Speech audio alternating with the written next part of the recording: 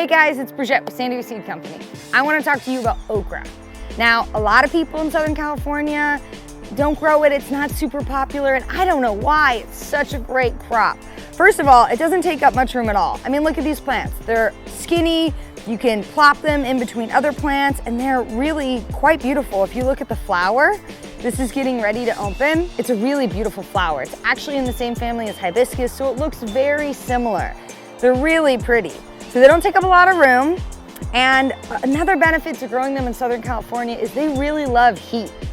These okras were planted about a month ago, and they actually are only starting to thrive now that we've gotten a couple of heat waves. They do so well in the hot summer. They grow quickly, you can harvest them often, and on our farm, we love to pickle them, but you can fry them, you can add them to soups, stir fries. They actually have a thickening agent in them, which is why they're traditionally used in things like gumbo. It actually thickens the sauce.